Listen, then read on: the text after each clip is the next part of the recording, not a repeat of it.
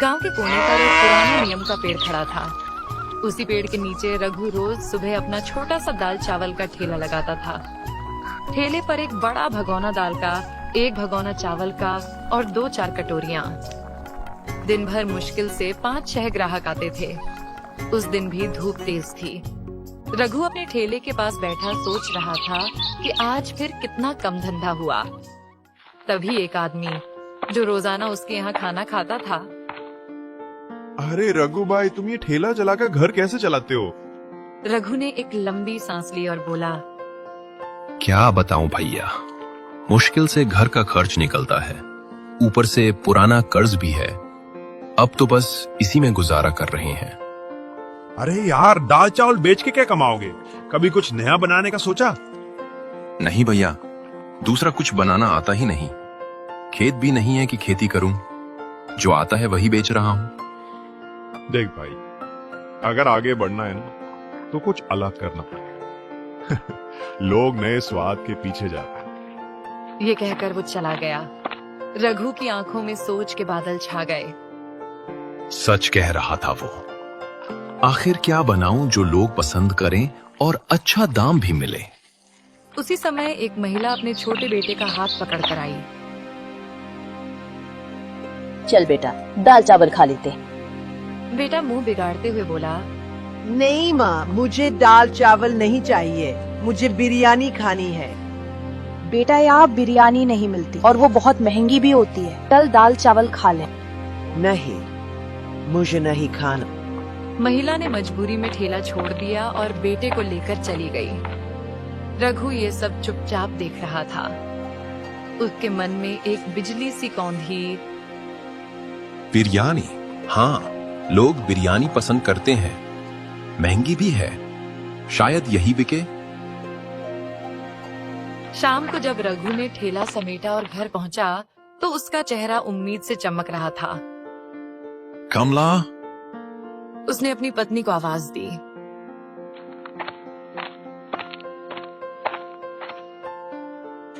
क्या हुआ रघु, आज बड़े खुश लग रहे हो? सोच रहा हूँ कल से ठेले पर बिरयानी बेचें, लोग पसंद भी करेंगे और मुनाफा भी अच्छा होगा। कमला चौंक गई। बिरयानी? लेकिन बनाएगा कौन? मुझे तो नहीं आती। रघु कुछ पल सोचता रहा, फिर बोला, सलीम को क्यों ना पूछूं? वो होटल में काम करता है, उसे तो बिरयानी बनानी आती होगी। वो जरूर सिखा देगा। कमला हंस दी। ठीक है, पूछ लेना।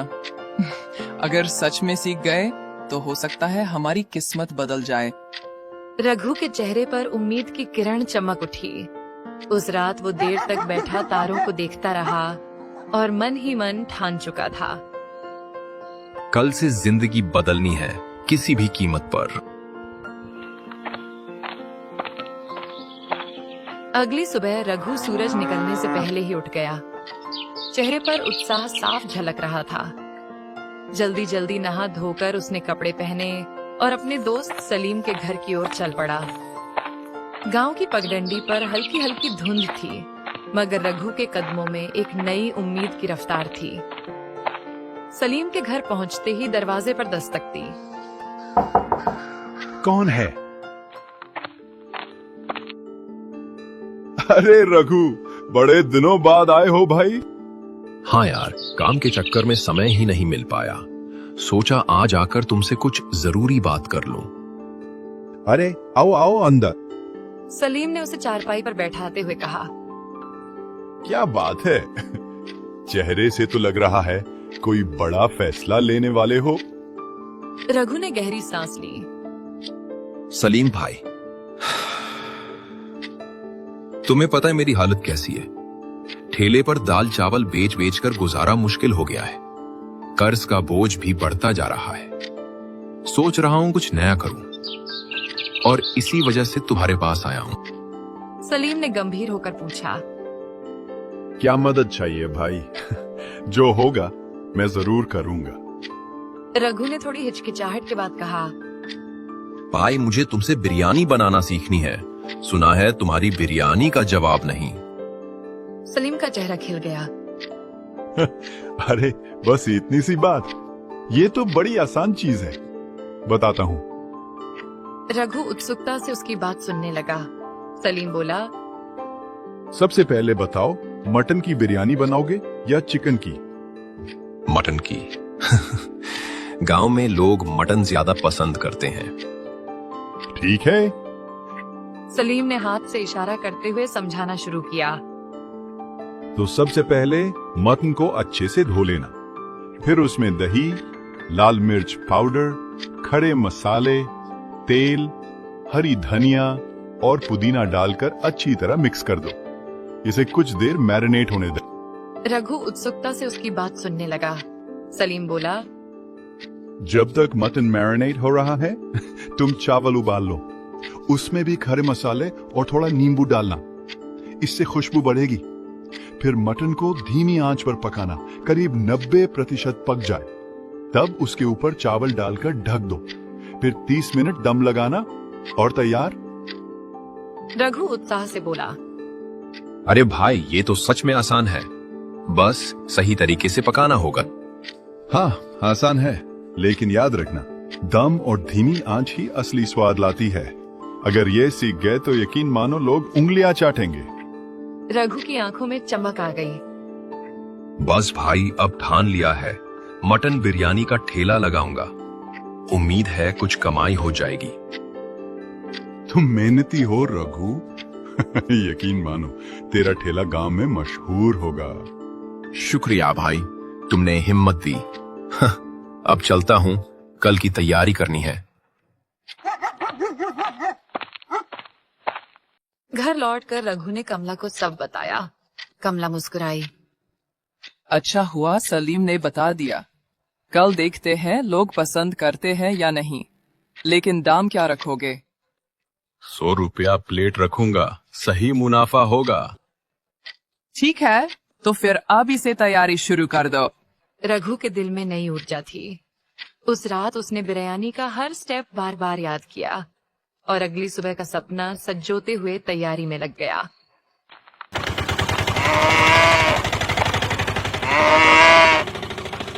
सुबह होते ही रघु ने जल्दी जल्दी नहा धोकर काम शुरू कर दिया। उसके चेहरे पर अब पहले जैसी थकान नहीं, बल्कि उम्मीद की चमक थी। उसने ताजा मटन अच्छे से धोया और सलीम की बताई रेसिपी याद करते हुए उसमें दही, लाल मिर्च पाउडर, खड़े मसाले, पुदीना और हरा धनिया डालकर प्यार से मसालों में लपेट दिया। कामला, देखना, आज गांव में ऐसा स्वाद फैलेगा कि लोग खुद चल कर आएंगे। हाँ, भगवान करे आज तेरा ठेला लोगों की पसंद बन जाए।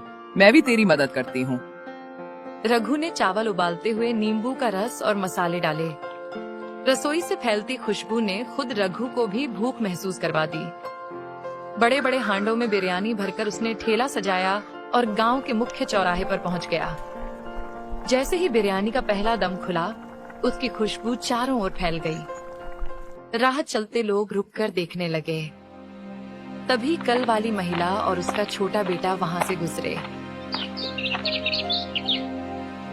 बच्चा उछलते हुए बोला, माँ, देखो देखो, यहाँ मटन बिरयानी है। महिला चौंक गई। अरे हाँ, यहाँ बिरयानी, वो भी मटन की। चलो आज खाते हैं। दोनों ठेले के पास पहुँचे। भैया, क्या सच में बिरयानी है? हाँ दीदी, आज स्पेशल मटन बिरयानी है। एक बार खाकर देखिए, उंगलियां चाटते रह जाएंगी। अच्छा, कितने की प्लेट है? बस 100 रुपए की एक प्लेट और उसमें 2 बड़े मटन के पीसेस मिलेंगे। रघु ने प्यार से एक प्लेट परोसी। महिला और बेटा जैसे ही खाने लगे, उनके चेहरे खिल उठे। महिला ने चौंक कर कहा, अरे भाई, ये तो कमाल की बिरयानी है। बेटा खुशी से बोला, माँ, ये तो रेस्टोरेंट से भी अच्छी है। एक प्लेट और दे दो। महिला हंसते हुए बोली। रघु के दिल में खुशी की लहर दौड़ गई। उसने तुरंत दूसरी प्लेट बना दी। महिला ने खाते खाते कहा, भैया, अब दाल चावल मत बनाना, तुम्हारी मटन बिरयानी तो लाजवाब है। इसी बीच 2 बुजुर्ग आदमी ठेले के पास आए। अरे रघु, आज क्या मटन का जायका खिला रहे हो सबको? एक ने हंसते हुए पूछा। रघु बोला, काका, सिर्फ मटन नहीं, मटन बिरयानी है। लीजिए, चखिए। वाह, मेरी तो पसंदीदा डिश है। 2 प्लेट लगाओ।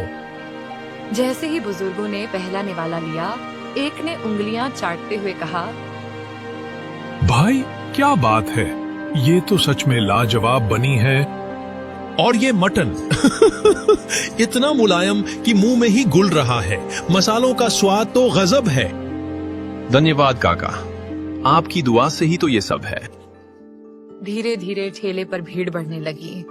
लोग खुशबू से खींचे चले आ रहे थे। शाम तक बिरयानी का एक भी दाना बाकी नहीं बचा।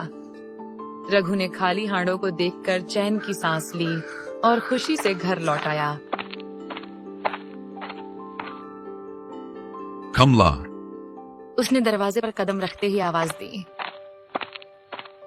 आज तो चमत्कार हो गया। एक दिन में उतनी कमाई हुई जितनी महीने भर में नहीं होती थी। कमला खुशी से बोली, सच? वाह भगवान, अब तो हमारा सारा कर्ज उतर जाएगा। तेरा ठेला मशहूर हो गया रघु। रघु ने गहरी सांस ली और कहा, हाँ कमला, आज लगा कि मेहनत और सही सोच से जिंदगी सच में बदल सकती है। उस रात रघु और कमला के चेहरे पर संतोष की मुस्कान थी। घर में खुशबू बिरयानी की नहीं, सपनों के सच होने की थी। अगले दिन रघु ठेला लेकर उसी जगह पहुंचा। ठेले के पास पहले से ही ग्राहकों की लाइन लगी थी। तभी सलीम वहां आया और मुस्कुराकर बोला, अरे रघु, तुमने तो मुझे भी पीछे छोड़ दिया। पूरी बिरयानी की खुशबू गांव में फैल गई है। रघु हंसते हुए बोला,